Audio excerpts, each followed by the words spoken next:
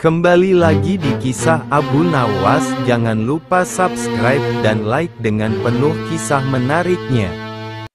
Kisah Abu Nawas dan raja yang ingin menguji kejujuran. Pada suatu pagi yang cerah di kota Baghdad, Raja Harun al-Rasyid duduk termenung di taman istananya. Angin berhembus pelan, membawa aroma bunga mawar yang bermekaran, namun hatinya terasa gelisah. Ia baru saja mendengar laporan dari wazirnya bahwa di pasar, banyak pedagang yang menipu pembeli dengan timbangan palsu, barang tiruan, bahkan kata-kata manis yang menyesatkan. Bagaimana mungkin negeri yang makmur ini bisa bertahan kalau rakyatnya suka berbohong? Gumam sang raja dengan nada sedih. Di sampingnya berdiri wazir setia, Ja'far. "Tuanku," katanya pelan, "mungkin kita perlu mencari tahu siapa di antara rakyat yang masih menjunjung kejujuran." Raja mengangguk. "Kau benar, Ja'far. Tapi siapa yang bisa melakukannya dengan cara yang cerdik dan adil?" Ja'far tersenyum tipis. "Hanya ada satu orang yang bisa melakukannya, tuanku." "Siapa?" tanya raja penasaran. "Abu Nawas." Pemanggilan Abu Nawas. Tak lama kemudian, Abu Nawas dipanggil ke istana.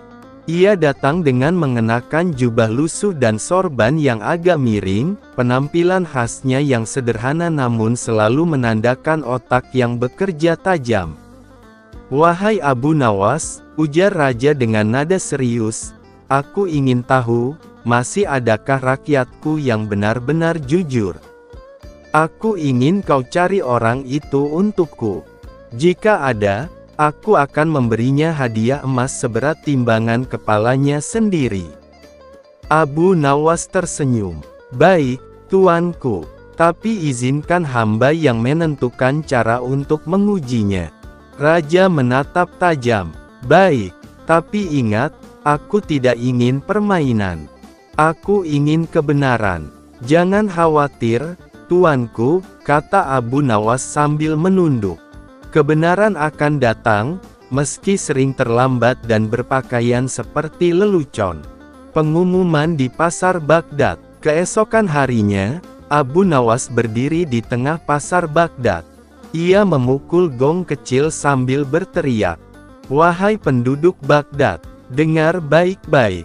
Raja Harun al-Rasyid mencari orang yang paling jujur di seluruh negeri. Barang siapa datang ke istana besok pagi dengan hati dan kata yang jujur, akan mendapat hadiah besar dari Baginda. Tapi, siapapun yang ternyata berbohong akan dicambuk di depan raja." Kerumunan pasar pun riuh. Para pedagang saling berpandangan. "Kalau aku datang, nanti dikira bohong," kata seorang penjual buah. "Tapi kalau aku tak datang, berarti aku tidak jujur," sahut pedagang lain. Beberapa orang mencoba meyakinkan diri, namun ketakutan akan cambuk membuat mereka batal datang. Sementara itu, Abu Nawas hanya tersenyum kecil dari jauh. Ia tahu, ujian kejujuran sering kali gagal bukan karena orang tak tahu benar salah, tapi karena takut pada akibatnya. Hari ujian kejujuran. Keesokan harinya, halaman istana tampak sepi. Hanya suara burung yang berkicau di taman. Para penjaga sudah siap berjaga di depan gerbang istana, tapi tak ada satupun rakyat yang datang. Hanya satu sosok yang melangkah perlahan menuju pintu istana, Abu Nawas sendiri. Raja yang melihatnya dari balkon segera memerintahkan agar ia dibawa masuk. "Wahai Abu Nawas," ujar sang raja sambil tertawa kecil, "di mana orang-orang jujur itu? Apakah hanya engkau yang tersisa di Baghdad?"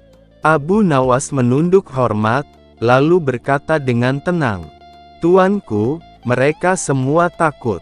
Mereka khawatir jika mereka datang, mereka justru akan dianggap berbohong dan dihukum.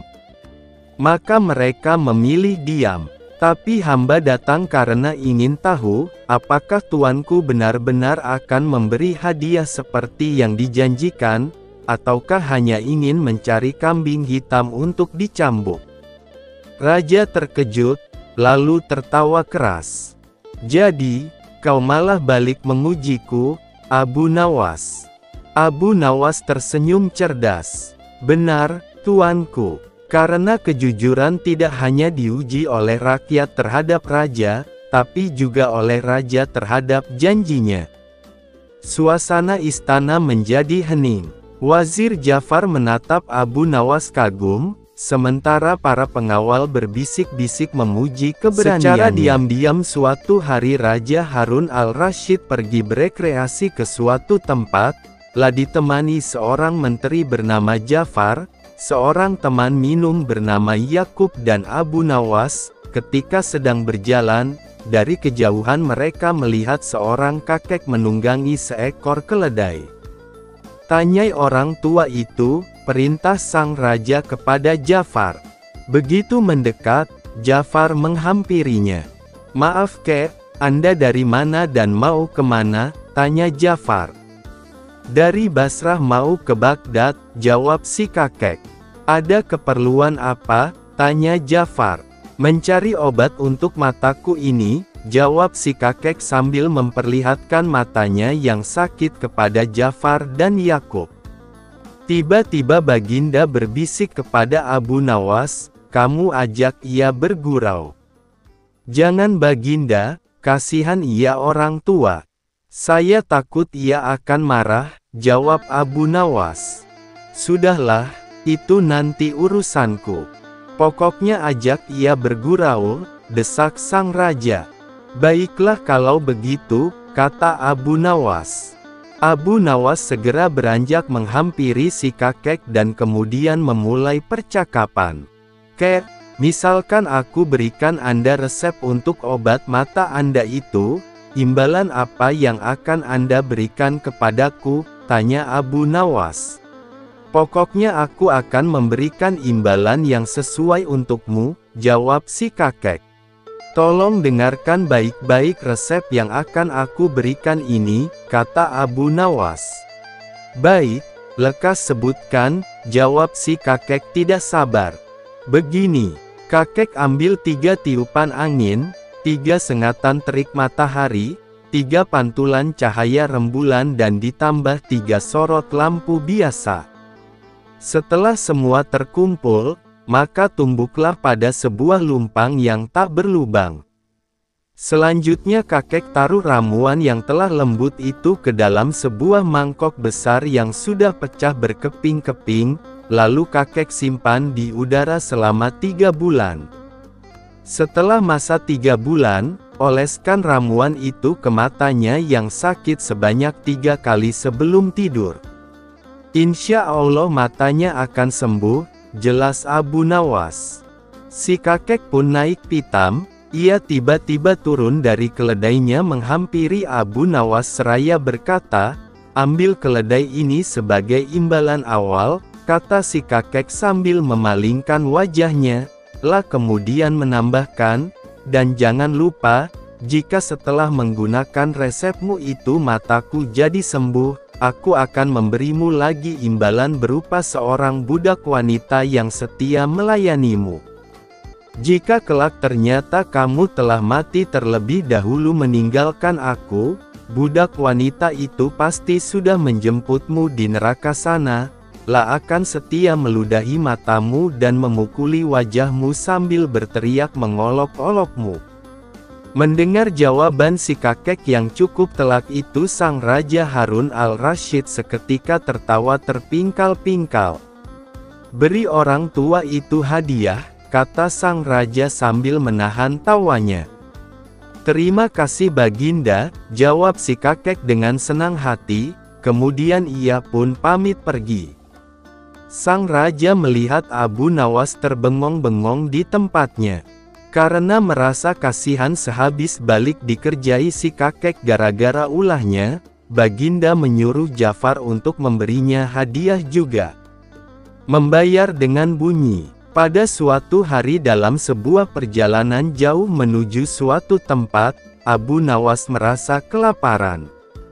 Akan tetapi ia kehabisan persediaan bekal makanan. Selain itu persediaan uang di kantongnya juga sudah menipis, hanya tersisa beberapa keping saja, padahal perjalanan yang harus ditempuh masih lumayan jauh. Sisa uang tersebut tidak akan cukup membantunya untuk meneruskan perjalanan jika ia menggunakan uangnya untuk membeli makanan menghilangkan rasa laparnya yang mulai menyerang pada saat itu. Meski lapar, Abu Nawas tetap melanjutkan perjalanannya walaupun langkahnya sudah mulai gemetar. Karena merasa sudah cukup lapar dan lelah, Abu Nawas akhirnya memilih untuk beristirahat sejenak di sebuah tempat di keramaian. Secara tidak sengaja, Abu Nawas melihat sebuah warung makan di depannya. Karena tidak kuasa menahan rasa lapar, Abu Nawas pun akhirnya memasuki warung tersebut meski tidak berniat membeli makanan. Setelah memasuki warung, Abu Nawas langsung menuju ruangan dapur dan melihat asap yang sedang mengepul dan mengeluarkan aroma yang pastinya menggoda lidah untuk mencicipinya. Abu Nawas terus menghirup aroma-aroma dari masakan yang ada di dapur warung itu. Ia membayangkan seakan-akanlah sedang menyantap makanan yang sangat lezat itu. Setelah ia merasa puas, dan rasa laparnya untuk sementara sudah mereda, Abu Nawas segera beranjak meninggalkan warung untuk melanjutkan perjalanannya. Namun begitu keluar dari warung, tiba-tiba sang pemilik warung mengejar dan meneriakinya. "Hai tuan, tunggu dulu, mau kemana kau? Bayar dulu," teriak pemilik warung. Abu Nawas langsung menghentikan langkahnya. Lah heran mengapa pemilik warung itu menghentikannya meminta bayaran, padahal ia sama sekali tidak makan atau minum di warungnya. Akan tetapi Abu Nawas tidak mau ambil pusing, ia tetap tenang menghadapi pemilik warung itu. "Mau pergi seenaknya saja, bayar dulu baru boleh pergi," kata pemilik warung itu pada Abu Nawas.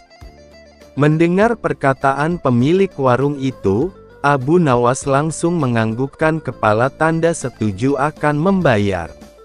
Abu Nawas langsung merogoh kantongnya, sesaat kemudian ia langsung mengaduk-aduk isi kantungnya yang berisi beberapa keping uang hingga terdengar bunyi, krik-krik-krik, dari kantongnya. "Ayo cepat bayar, itu kan bunyi uangmu," kata pemilik warung itu. Kemudian Abu Nawas menjawab, "Itu tadi bayarannya, aku bayar pakai bunyi saja karena di warungmu aku hanya dapat baunya saja," jawab Abu Nawas. Si pemilik warung jadi terdiam malu, tidak dapat berkata apa-apa mendengar jawaban Abu Nawas. Bukannya bersedekah pada orang yang membutuhkan, malah meminta bayaran padahal orang tidak makan apa-apa. Abu Nawas pun langsung pergi meninggalkan pemilik warung itu dan melanjutkan perjalanannya. Pohon beringin. Suatu hari Abu Nawas berjalan-jalan menuju kebunnya. Di kebun Abu Nawas yang lumayan luas itu ditanami tanaman buah dan sayur-sayuran yang bermacam ragam. Abu Nawas lantas berjalan menyusuri setiap petak kebunnya melewati bermacam-macam tanaman buah segar yang siap untuk dipanen. Abu Nawas sangat bersyukur atas apa yang telah Tuhan berikan kepadanya. Suasana pada hari itu cukup terik, sehingga membuat Abu Nawas sangat lelah dan memilih berteduh di bawah sebatang pohon beringin yang tumbuh di sekitar situ, sambil menyantap bekal makanan yang sudah disiapkan istrinya. Setelah selesai makan, Abu Nawas bermaksud istirahat sebentar dengan membaringkan badan sambil memperhatikan setiap detil pohon beringin yang rindang itu, mulai dari daun, ranting dan juga buahnya yang lebat. Setelah terus memperhatikan pohon tersebut, Tiba-tiba saja terlintas sesuatu di pikirannya. Aku heran, apa sebabnya pohon beringin yang sebesar ini tapi buahnya hanya kecil saja. Padahal pohon labu yang kecil merambat dan mudah patah saja bisa menghasilkan buah yang besar-besar. Apakah Tuhan tidak adil? Gumam Abu Nawas dalam hati. Tidak lama berselang, angin bertiup mengenai pohon beringin tersebut. Rantingnya pun bergerak-gerak dan saling bergesekan. Sesaat kemudian, jatuhlah sebiji buah beringin tepat mengenai kepala Abu Nawas yang sedang tidak bersorban itu. Kejadian tersebut sungguhlah menjawab pertanyaan Abu Nawas. Ternyata seperti itu jawabannya. Tuhan memang maha adil, gumam Abu Nawas. Beruntung bagi Abu Nawas hanya kejatuhan buah beringin yang kecil itu.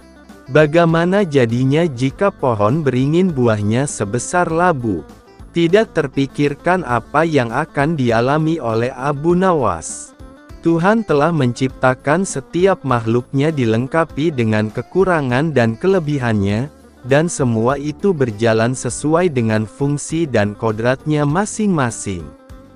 Tertipu sandal ajaib. Kampung tempat tinggal Abu Nawas lama-kelamaan membuatnya merasa tak nyaman karena banyaknya orang yang menumpuk-numpuk harta dengan menghalalkan segala cara.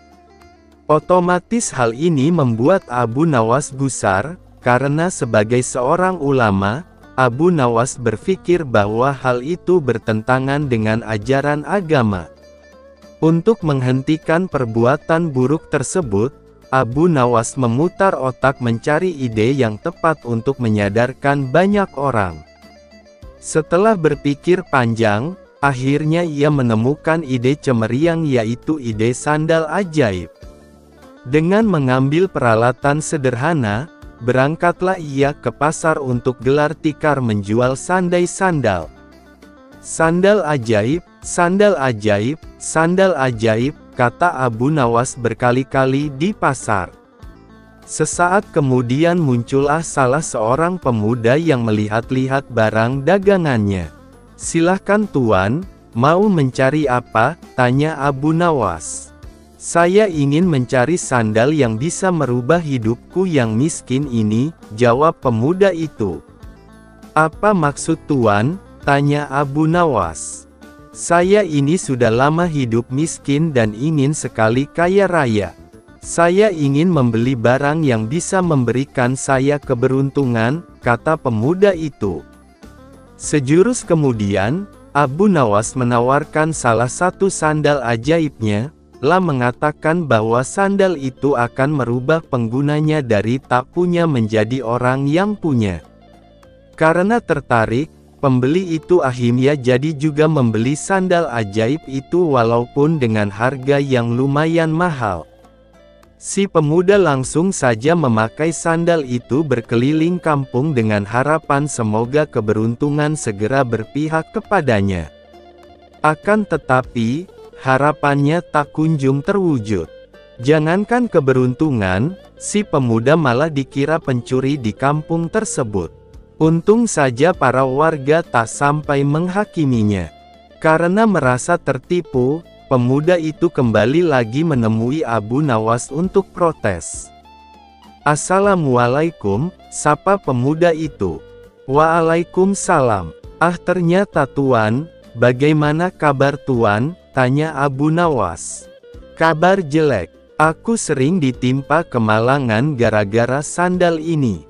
Padahal dulu engkau mengatakan kalau sandal ini bisa mendatangkan keberuntungan, bisa menjadi kaya dan terkenal.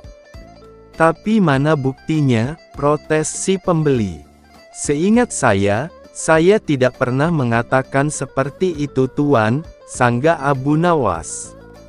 "Saya hanya mengatakan bahwa bila tuan pada mulanya orang yang tidak punya, maka dengan membeli sandal ini tuan akan menjadi orang yang punya. Buktinya sekarang tuan sudah memiliki sandal ajaib ini," lanjut Abu Nawas. Begitu mendengar penuturan Abu Nawas, pemuda itu hanya bisa diam. ia menyadari bahwa dirinya sedang salah tafsir. "Lalu mengapa engkau mengatakan bahwa sandal ini ajaib?" tanya si pemuda.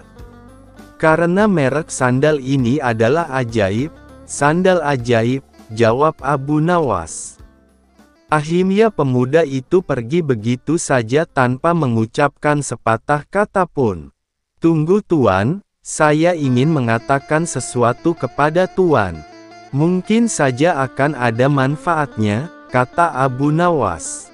"Jangan percaya kepada barang ajaib, karena percaya pada sesuatu selain Tuhan bisa membuat kita syirik dan akan mendapatkan kesusahan di dunia dan akhirat kelak. Buktinya sebagaimana yang Tuan alami ini. Oleh karena itu segeralah bertobat kepada Tuhan," kata Abu Nawas. Mendengar penuturan Abu Nawas, sepertinya pemuda itu menyadari kesalahannya. Ternyata banyak sekali hal-hal yang bisa membawa kepada perbuatan yang dimurkai Tuhan. Mulai saat itulah ia bertobat kepada Tuhan. Debat tentang ayam dan telur. Melihat ayam betinanya bertelur, Baginda tersenyum. Beliau lalu memanggil pengawal agar mengumumkan kepada rakyat bahwa kerajaan akan mengadakan sayembara untuk umum. Sayembara itu berupa pertanyaan yang mudah tetapi memerlukan jawaban yang tepat dan masuk akal. Barang siapa yang bisa menjawab pertanyaan itu akan mendapat imbalan yang amat menggiurkan, yakni 1 pundi penuh uang emas. Tetapi bila tidak bisa menjawab, maka hukuman yang menjadi akibatnya. Banyak rakyat yang ingin mengikuti sayembara itu, terutama orang-orang miskin. Beberapa dari mereka sampai meneteskan air liur. Namun mengingat beratnya hukuman yang akan dijatuhkan, maka tak mengherankan bila pesertanya hanya 4 orang. Dan salah satu dari para peserta yang amat sedikit itu adalah Abu Nawas. Aturan main sayembara itu ada 2. Pertama, jawaban harus masuk akal. Kedua, peserta harus mampu menjawab sanggahan dari Baginda sendiri. Pada hari yang telah ditetapkan, para peserta sudah siap di depan panggung. Baginda duduk di atas panggung. Beliau memanggil peserta pertama. Peserta pertama maju dengan tubuh gemetar. Baginda bertanya pada peserta pertama, "Manakah yang lebih dahulu, telur atau ayam?" tanya Baginda. "Telur," jawab peserta pertama. "Apa alasannya?" tanya Baginda. "Bila ayam lebih dahulu itu tidak mungkin, karena semua ayam asalnya dari telur," kata peserta pertama menjelaskan. "Kalau begitu siapa yang mengerami telur itu?" tanya Baginda lagi. Peserta pertama pucat pasi, wajahnya putih seperti kertas, tidak bisa menjawab, dan tanpa ampun ia dimasukkan ke dalam penjara. Kemudian peserta kedua maju. Dia lalu berkata kepada Baginda, "Paduka yang mulia, sebenarnya telur dan ayam itu tercipta dalam waktu yang bersamaan," kata peserta kedua. "Bagaimana bisa bersamaan?" tanya Baginda. "Bila ayam lebih dahulu itu tidak mungkin, karena ayam berasal dari telur. Dan bila telur lebih dahulu itu juga tidak mungkin, karena telur tidak bisa menetas tanpa dierani," kata peserta kedua dengan mantap. "Bukankah ayam betina bisa bertelur tanpa ayam jantan?" sanggah Baginda memojokkan. Peserta kedua pun bingung dan tidak bisa menjawab, pun dijebloskan ke dalam penjara. Lalu giliran peserta ketiga. Dia berkata kepada Baginda Raja, "Tuanku yang mulia, sebenarnya ayam tercipta lebih dahulu daripada telur," kata peserta ketiga. "Sebutkan alasanmu," kata Baginda. "Menurut hamba, yang pertama tercipta adalah ayam betina," kata peserta ketiga meyakinkan. "Lalu bagaimana ayam betina bisa beranak pinak seperti sekarang sedangkan ayam jantan tidak ada?" kata Baginda memancing. Ayam betina bisa bertelur tanpa ayam jantan. Telur itu dirami sendiri lalu menetas dan menurunkan anak ayam jantan, kemudian menjadi ayam jantan dewasa dan mengawini induknya sendiri. Peserta ketiga berusaha menjelaskan, bagaimana jika ayam betina mati sebelum ayam jantan yang sudah dewasa sempat mengawininya? Tanya Baginda. Peserta ketiga pun tidak bisa menjawab sanggahan Baginda, dan ia pun dimasukkan ke penjara. Kini tibalah giliran Abu Nawas. Yang pasti adalah telur dulu, baru ayam, kata Abu Nawas. Coba terangkan secara logis, kata Baginda ingin tahu. Ayam bisa mengenal telur. Sebaliknya telur tidak mengenal ayam, kata Abu Nawas singkat. Agak lama Baginda Raja merenung. Kali ini Baginda tidak menyanggah alasan Abu Nawas. Ayam panggang petaka. Suatu hari, Baginda Raja Harun al-Rasyid sedang berpikir keras di atas singgasananya, sedang memikirkan cara untuk menjebak Abu Nawas dalam sebuah kesalahan sehingga ia dapat memberi hukuman pada Abu Nawas. Rencana ini dilakukan bukan tanpa alasan, karena sudah beberapa kali Abu Nawas telah membuatnya malu di depan para pejabat kerajaan. Berlatar belakang dendam inilah akhirnya Raja hendak membuat jebakan terhadap Abu Nawas dan berharap Abu Nawas gagal menghadapi jebakan tersebut. Ketika cara sudah ditemukan, segala sesuatu pun mulai dipersiapkan. Abu Nawas lalu diundang dalam sebuah jamuan makan bersama para petinggi negeri. Ketika semua tamu undangan sudah hadir termasuk sang target si Abu Nawas, Baginda pun mulai berkata, "Wahai Abu Nawas, di depan mejaku itu ada sepanggang daging ayam yang lezat dan enak untuk dilahap. Tolong segera ambilkan," perintah Baginda. Abu Nawas keheranan dengan perintah Baginda itu, karena tidak biasanya ia disuruh mengambilkan makanan raja. Mungkin ini jebakan, sepertinya aku harus waspada, pikir Abu Nawas. Pun menuruti perintah Baginda. Setelah mengambil ayam panggang tersebut, Abu Nawas kemudian bermaksud memberikannya langsung kepada Baginda sesuai perintah. Namun Baginda belum langsung menerimanya, akan tetapi ia kembali berkata, "Abu Nawas, di tangan kamu ada sepotong ayam panggang lezat, silahkan dinikmati." Segera Abu Nawas melaksanakan perintah Baginda.